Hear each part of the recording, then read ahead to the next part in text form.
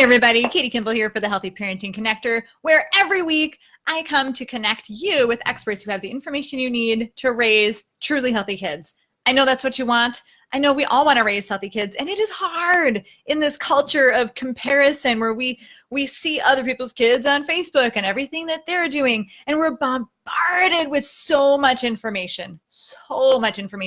Honestly, you guys, the guilt can be pretty intense when you don't feel like you're doing enough. So always at Kids Cook Real Food, we are all about the baby steps, the practical, just like we are at Kitchen Stewardship, but here it's all about the kids and about their health. So today, I figure after the sugar fest that the holidays can sometimes become, perhaps we're kind of ready for, stepping back from that a little bit.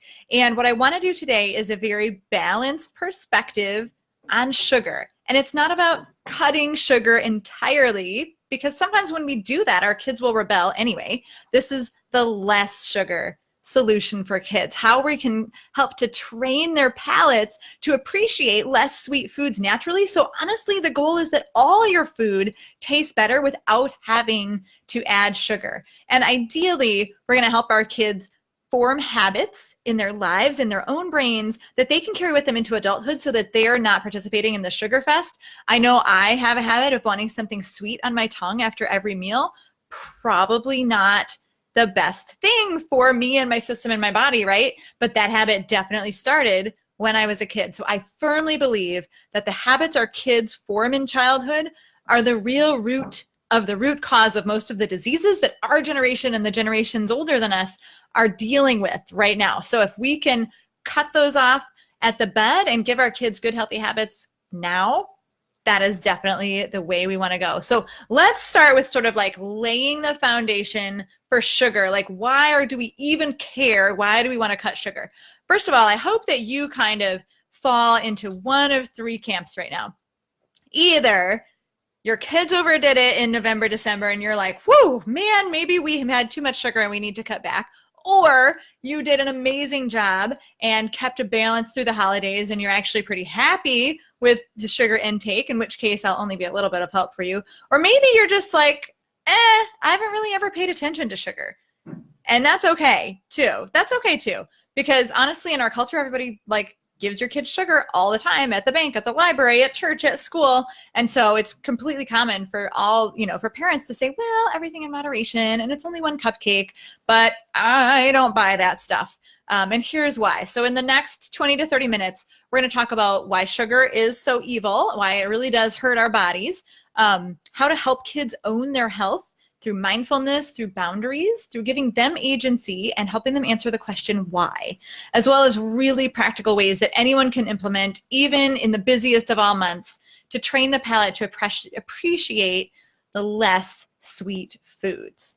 Okay, sound good? So whether you've never cooked from scratch before, if you're the organic crunchy mama, or you're just interested in eating better and trying your best, you're definitely in the right place. So why are we even talking about sugar today? Well, I'm going to give you 4 points.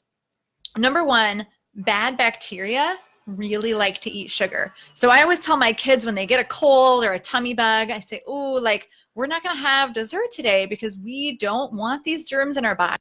If we feed them the food they love the most, they're going to want to stick around, right? So because bad bacteria really like to eat sugar, we don't want to make it a party for the bad bacteria. We want to feed our good bacteria as much of a variety of fruits and vegetables as we can. The Human Microbiome Project recommends 25 different plants and grains and nuts count, 25 different plants every week.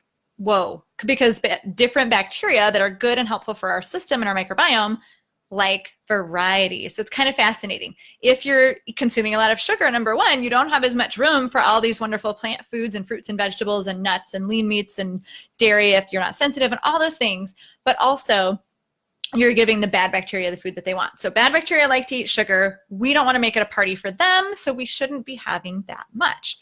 Number two, sugar increases those blood glucose levels, right? So when we give our system pure glucose, fructose, our blood sugar increases, our insulin goes up, and in order to bring our blood sugar back down.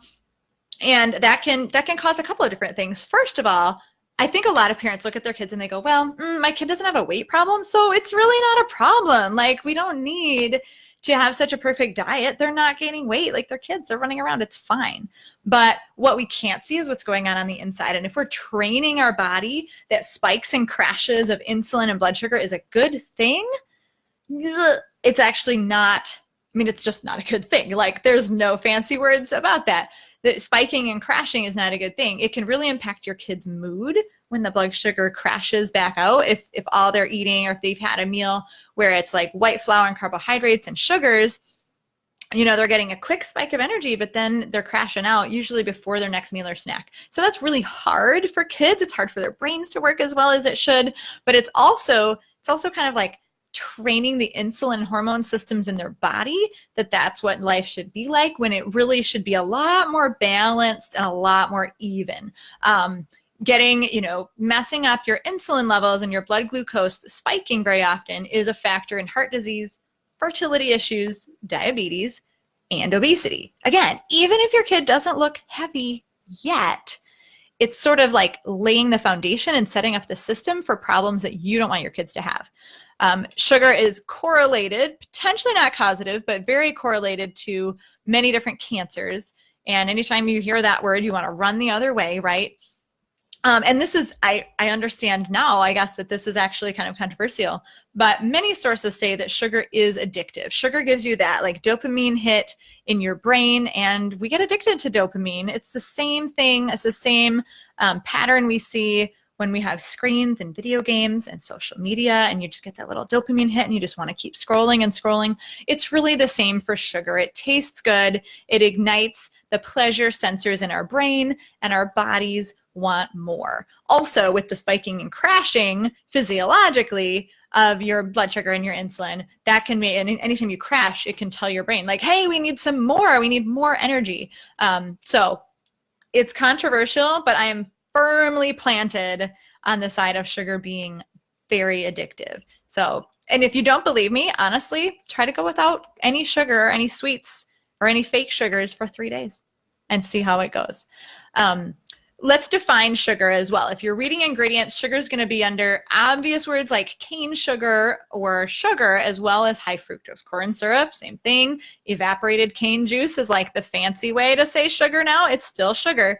Really, anything ending in OSE, maltose, dextrose, these are all forms of sugar. And sometimes, you guys, it's alarming. You can read ingredients in a store or in your pantry, and you'll see 4 or 5 or 6 different kinds of sugar. Okay, which they do. I think food marketers do this so that sugar doesn't have to be the first ingredient. They're like sharing the love so that it's all spread throughout, and it's very sneaky and tricky. Honey and maple syrup are also sugars. Our body treats them pretty much the same way as white sugar. So yes, they're slightly better, but they're still sugars. Also, anything with the word syrup or juice in it is probably adding some simple sugars. Sugar hides in a ton of different foods. It's crazy. In a regular spaghetti meal, you might be getting a couple teaspoons of sugar, which, again, PS, okay, the American Heart Association recommends that children, so this is like, I think this is children over the age of 6, actually, like 6 to 18, that they don't get any more than 25 grams of sugar, okay? 1 teaspoon of sugar is 4 grams, so that's no more than 6 teaspoons. If you're getting a couple teaspoons in your spaghetti dinner, which you don't even think of as a sweet, this is a huge problem. Sugar is in Doritos. You don't think of those as a sweet treat. Sugar is in beef jerky. It's in a ton of salad dressings, especially the fat-free and the low-fat stuff. It's heavy in the yogurts, the Go-Gurts, all those squeezy things. I'm concerned. If I were to start, even in my family, to start tallying up the grams of sugar that my kids eat, I think it would be alarming. I think it would be totally alarming. Now, before you say, well, Katie, we'll just use the artificial sweeteners and my kids can enjoy their food and have some sweetness on their tongue and it won't matter because they're 0 calorie, right? So quickly, we have to talk about why artificial sweeteners are not a good switch solution, particularly for kids.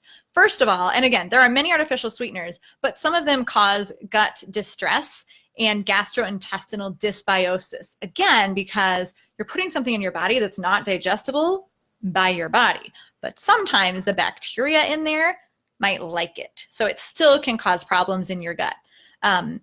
The sweetness, even though your body's not getting the caloric intake of the carbs of sugar that should cause your insulin to spike and your blood sugar to go up and everything, your tongue, as soon as the sweet touches your tongue tells your brain, sweet coming, prepare for carbohydrates. Your brain turns on your endocrine system and releases that insulin.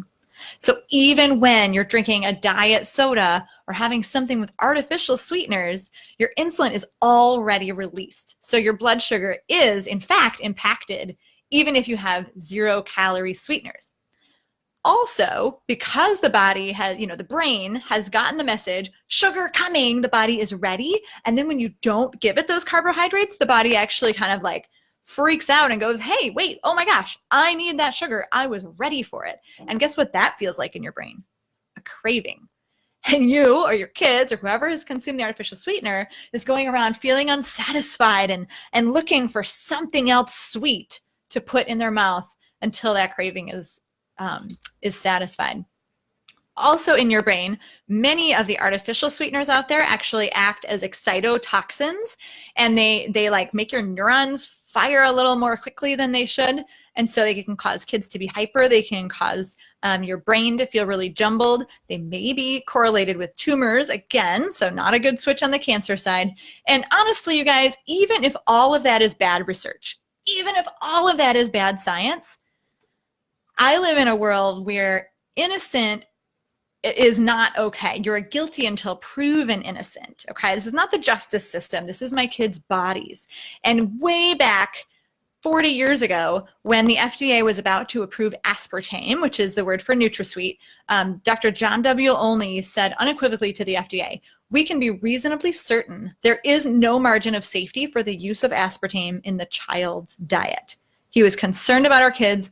And I echo those concerns. I'm very concerned because there's never been any research on what it's like to have 20, 30, 40, 50, 60 years of consumption of artificial sweeteners, mostly because they haven't been around that long.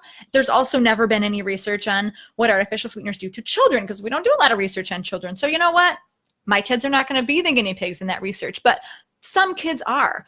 And more artificial sweeteners are sneaking into even caloric foods. You check your next 100-calorie pack, or especially the 100-calorie drinks, I can almost guarantee you sucralose is going to be in there. Sucralose is Splenda. That's an artificial sweetener. That's one of the ones that causes gut dysbiosis. It's scary. So you'll have high fructose corn syrup, maybe some cane sugar too, and some random artificial sweeteners. Parents don't know to watch for this. Kids in our culture are constantly consuming artificial sweeteners. They're all guinea pigs in this grand experiment to figure out what happens after 50 years. And we won't know because it's not a very well set up research. Artificial sweeteners, bottom line, are not a fair swap for regular sugar. So today, if you do nothing else with this information, if you're like, I'm so overwhelmed, Katie, I can't make any changes. I have no desire to wean my kids off sugar. I don't even care. Great, fine. But I challenge you to do one action step. And that action step is to look in your pantry and your fridge and just start reading labels. Just look for those syrups and juices and OS words and cane sugar and high fructose corn syrup and all that stuff. And just start to see where it's hiding, because education and information, of course, is the first step to change. And if your brain's not ready to change, you're not going to be able to do it. Now let's talk about our kids, okay? If you told your kids, we are going to cut out candy, cookies, cakes, ice creams, those granola bars and those Go-Gurts you used to love, they're gone, and you made them ditch all the sugar in your house, for most families and most children, this is not going to go well. This is not going to be a successful experiment in any way, shape, or form, because the kids don't have the knowledge and information that you have. Okay. And in order for us to make changes, especially in our habits, especially in things we enjoy, we have to believe it first. And our brains, like physiologically, need some time, neurologically, I guess, need some time for these ideas to sink in. So how do we help kids own their own healthy eating? Okay. This is not the drug abuse resistance education of our past, where we were just kind of scared into never drinking, right? And I have to share a quote from Heidi Schauster, an eating disorders expert who I interviewed on a previous Healthy Parenting Connector. She says, I always tell parents, here's my prescription for how to raise a binge eater. If you want to raise a binge eater, just restrict to food entirely. Just restrict to food entirely. That was startling to me and a little bit frightening because we do have, I feel like we kind of have some foods where we say like, no, you can't eat that. So I've really been taking that to heart. And I think it's important to have balance and not completely restrict. But if you believe that a food deserves to be restricted, at least partially, like sugar does, we've got to give our kids the education and information that we have. So first, let's talk about mindfulness. When you sit down to eat with your kids, do you talk about the textures of foods and the tastes of foods and the flavors and the way foods feel in your mouth? If you're not doing that, that's another very easy step that, yes, it takes a little bit of time and it definitely takes some thought, but it doesn't take very much. It doesn't take much energy to do that because hopefully you're already sitting down at the table together. You want to ask your kids to notice things about what they're eating. I'm often telling my kids, slow down, feel your food in your mouth, chew your food, enjoy the flavors. We have a lot of kids and adults too, just inhale their food. And for so many reasons, including mindfulness, that's not actually very good for us. So we can kind of guide kids to be more mindful, and particularly when it comes to sweets. Honestly, I tell my kids that if they're having a dessert, a candy, a cookie, a cake, or whatever, I say, you know what? That tastes delicious, I know, but it's only fun in your mouth. Like by the time you swallow it, it's going to be maybe hurtful to your body. So if you're going to have some, and it's fine to choose it because your body can handle a little bit of junk, make sure you enjoy it. So we use the word savor. We savor our desserts. We never inhale them. That's like a ridiculous waste of calories, right? It's a waste of junk food going into your body if you're just going to eat this huge piece of cake. So I teach my kids to savor their desserts. And probably I need to do better, honestly, at teaching them to savor the rest of their food because we know that chewing 20 to 30 times and then swallowing and being mindful about our food is good not only for our brains, but for our digestion. I'm a work in progress as well. But at least for the desserts, they're going to savor those. And I also believe in giving kids both agency and boundaries. Okay, agency is the ability to make your own choices and sort of be the master of your own situation, to be an agent of change in your own life. And kids really need that. With little kids, if you say like, here, honey, put this on, get dressed, they might say no, right? But just that simple trick of like, would you like to wear the blue shirt or the red shirt? They feel like they have agency, and they do, an appropriate amount of agency for a 2 or 3-year-old, right? And so they feel better about the whole experience of getting dressed. That needs to happen with food too. Kids must feel like they have agency or choice or the ability to be a master of their own destiny when it comes to eating. So I promote agency within boundaries, okay? We never tell the kids like eat whatever you want, like do whatever you want. No, like it's a parent's job to create some boundaries, and within those boundaries, then the kids can move around and have some agency. So personally for our family, our boundary on desserts or sweets is 1 a day. And sometimes they'll have that at breakfast. Sometimes my kids will have that after school. Sometimes they'll have it at school if there's a birthday party, or they might wait until after dinner. Their boundary is 1 a day, but they get to choose what it is and when they eat it. So we can ask kids too, when we're thinking about giving them, more agency as they get older. By the way, I have an 11 and 14-year-old as well. And Paul, who's 14, has really no boundaries. Like he can pretty much eat what he wants, and he probably overdoes it sometimes, but it's something that we can talk about. I say, as long as you're not lying to me about what you're eating, you make your own choices. Like he's eating out of the house quite a bit when he's at school and at friends' houses and whatever. So if he wanted to, he could binge on sweets or pizza or whatever he wanted. But I just really, anytime that I know he's had like a can of soda or whatever, I say, well, how did that make you feel? Was it worth it? Did you enjoy it?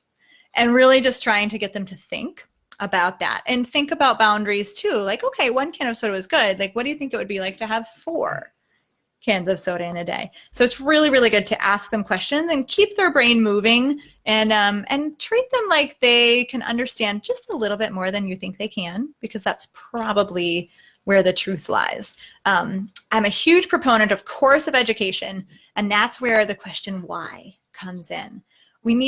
Our kids need to understand why we eat a certain way, why we make the choices we do, why certain foods might be helpful or harmful to them. The old Dr. Sears phraseology is that there's fun food and there's growing food. Now, I've recently been challenged on this by some very savvy parents in our Kids Cook Real Food e-course. They say, if you say that ice cream is a fun food, it's like almost lifting it up on a pedestal and making it seem like it's better than the growing food, like growing food's obligatory. And I'm like, okay, I get that. That's definitely a good idea. So, Cookie Monster calls it sometimes food with the sweets and the cookies now. I don't know if y'all knew that, who grew up with me when Cookie Monster just ate everything. Now he says that cookies are sometimes food. So there's lots of ways to say it. I would love to hear, in the comments what you do in your home if you talk about, the ways different foods fuel your body. And maybe fuel is what we should be talking about, right? Sugar is quick fuel that then leaves quickly and makes you feel kind of bad. Protein is muscle building fuel. Fat is also an energy giving fuel, but it tends to last longer because it takes longer to digest. Fiber is a pooping fuel, right? Fiber helps get the things out of your body in a good, timely fashion. And what did I miss? Protein, carbs, fat. Oh, I did it. Protein, carbs, and fat. Oh, well, carbs. So there's like the quick carbohydrates that then might make you feel bad afterward. That would be your sweets and your sugar, as well as more of like a whole grain or legumes or nuts carbohydrates that are going to give you more sustained energy because of the fiber in them. Kids can understand this stuff. I mean, we can make it fun foods and growing foods might be a little too simple, even for our little kids. So I don't even know. I'm still a work in progress. I just realized that I'm not even quite sure if I were to ditch fun foods and growing foods where I would go. So I would love to hear that from you. I think it's important to let them fail as well. And my older kids, as they've gotten wider boundaries and more agency, they've had opportunities to get stomach aches from overdoing it. One of my kids has even thrown up the day after Halloween because that child overdid it. And they'll never forget it. Never forget it. So if those opportunities for failure happen, don't protect them from everything. Unless there's a food allergy or sensitivity, we need to let our kids be a little bit unrestricted and more unrestricted the older they are, so that they can have their failure moments when they're still under our roof and we can talk about them. Okay, does that make sense? So anything from that section, if you feel like that was too much, here's your one action step that you can take today. And I just want you to commit to talking about food at the dinner table. And I love doing these teachings because, quite honestly, I forget as well. So tonight at the dinner table, we're going to talk about the food and the flavors and the different way of, we're having roast chicken tonight. So we'll talk about the different ways of cooking chicken and how people like it and what mustard feels like in your mouth versus barbecue sauce, which, by the way, mustard is going to be the more vinegary acid, and then barbecue sauce is full of sugar. We don't eat it very much. And we'll just see what my kids say. It'll be a good building of mindfulness. Now, I promised that I'd give you some really practical ways to wean your kids' palates, meaning their taste buds, off of sugar. And this is what I'm going to do now, okay? So super practical. We've been kind of philosophical. We've been up here.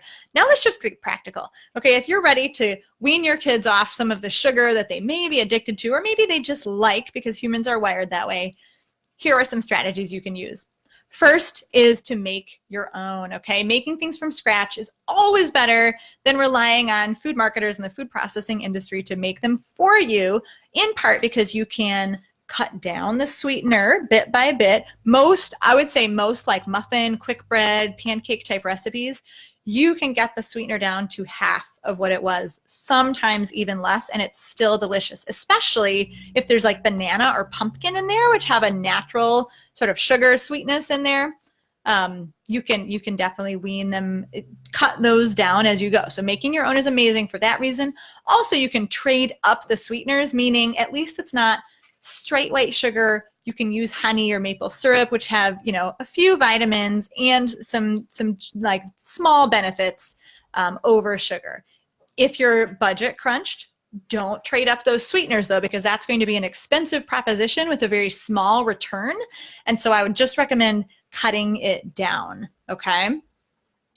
There are some foods that are sweet mimicking, okay? They're not carbohydrates, they're not sugar. They just kind of trick your tongue, not in an artificial way. They just kind of make you think of sweet things. And these foods include cinnamon, virgin coconut oil, the one that smells like coconut, vanilla, and even caramelized onions. Obviously, caramelized onions, different time and place. Like if you're trying to get your kids off ketchup and barbecue sauce, that's where you might be able to caramelize onions or any vegetable. Roasting vegetables is fabulous for getting a little bit of that sweet flavor that your kids might like. Now, cinnamon, coconut oil, vanilla, here's where we're gonna put that into pancakes and use less maple syrup. We can put that in oatmeal. That's what we put in our oatmeal, and then very teeny tiny bit of maple syrup or raisins, one or the other. I tell my kids they have to choose because they're both a way to make the oatmeal taste sweet, but we almost always add coconut oil and cinnamon. And and I'm not even sure, I don't know the physiology behind it, but it's so true. Like if you were to take a piece of bread and add jam, if you take a piece of bread and add like butter and cinnamon, I feel like your mouth gets the same kind of party feel. Right? It's the same like happy feeling in your mouth without any carbs or any sugar. So cinnamon, coconut oil, vanilla, and caramelizing vegetables are great ways for like sweet mimicking without any carbohydrates or any of that blood sugar issues. Also, you can work hard to serve more vegetables and to put vegetables at the beginning of the meal. When your body is the hungriest, that's when food tastes the best. Okay, and this is physiological. Food starts to taste not as tasty further in the meal because your body is telling you it's time to slow down, right? You're not supposed to like get over full. So if the food at the end of the meal tasted as good as the first bite, you're going to be tempted to eat more, which PS is why MSG is a huge problem, but also why sugar is a huge problem because it's tricking your tongue into thinking everything still tastes good. So serving more vegetables in general, as you cut down the sweet and cut things out, and help train your kids' palates is great. I think that there's a lot of natural sweetness in vegetables that many of our American tongues can't even discern because we're so used to overly sweetened foods. And you'll notice, I mean, I've noticed this in my life, and my husband has mentioned the same. And again, husband grew up like he drank soda pop multiple times a day, every day as an adult. He won't touch it anymore. And he's said like, food tastes better, like real food, normal food, vegetables taste better. And like sometimes you can't even handle a piece of cake anymore or a soda or like a drink that's sugary because it's too much. It's a beautiful thing. So it's possible. I guess that's what I'm saying. It's possible to actually change the way your taste buds interact with food and teach it to be less dependent on sugar. Serving more vegetables is a great start. Putting them at the beginning of the meal is really important. I think being aware of sugars in foods that aren't even supposed to be sweet. I've mentioned barbecue sauce and spaghetti sauce. Ketchup is another culprit. Again, some of those dressings and condiments are culprits. A lot of your breakfast breads, even if they don't, they're not dressed up as a cake, like coffee cake, we know, that has sugar in it. But a lot of other breads will have a little bit of sugar thrown in. It's scary. Jerky, it's scary and amazing how much sugar is in even, our crunchy things, crackers and chips and stuff. So if you can start to be aware of that and start to swap out better options with cleaner ingredients, that's another way to help your tongue. Sometimes some people, and this might be more for adults than kids, but if your kids are on board, especially if they're like a tween or a teen and they're starting to get interested in healthy eating, try a 3 to 7 day full out detox from sugar. You can jumpstart some of that palate retraining by completely cutting out all sugar and sweet foods, including stevia, including those artificial sweeteners from your diet for like 3 to 7 days, just like a little jumpstart. Don't call it a diet, just call it a jumpstart. And I think that can really help people. Now, that was a lot of information, and although they're practical, they still take a little bit of time and energy to do. So what I would say is choose one food that your family eats quite regularly that has sugar or a sweetener in it and make one change. Are you going to level up that sweetener, like white sugar to honey or maple syrup? Are you going to make that food homemade and see if you can clean up the ingredients a little bit? Can you find a commercial product that's a good trade with fewer. I love that the nutrition facts now say added sugars and grams, so you can figure out, like, literally look at your granola bars. In the past, granola bars and cereal, they were a little hard to decipher because the line for sugars would include all the fruit sugars too. So if you had raisins in your granola bars, it might come up with a higher sugar level than another granola bar that actually had more added sugar. I don't know if all that made sense, but a raisin with the fiber in it, oh my gosh, that's really loud. They're redoing our basement, and right beneath me, I was almost finished before he started. Darn. A raisin with the fiber is always going to be better than the same amount of like pure white sugar. So now the nutrition facts have separated those out so you can compare added sugars to added sugars and maybe find a better commercial trade. So just do it. Just try to make one trade. Write it down. Commit to it. Mention it in the comments what you're going to do, and we will all cheer you on. Okay. Sugar is a tricky one. I know. Not everyone around you is going to believe it's important. You might not even believe it's important yet, but I hope you do.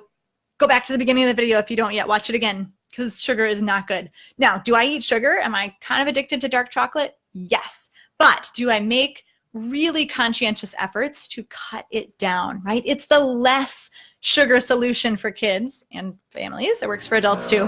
It's the less sugar solution. So let's be balanced. Let's not completely restrict a food, because that may end up creating binge eaters, which no parent wants to do to their kids. And let's just make better choices little by little, baby step fashion, each and every day. Okay, you guys can do this. It's a new year. It's a great time to start new habits, and you really can train your kids' palates to appreciate whole foods that have come out of the ground and don't need the added sugar sprinkling on top. Cool? Deal? You can do this. The less sugar solution for kids.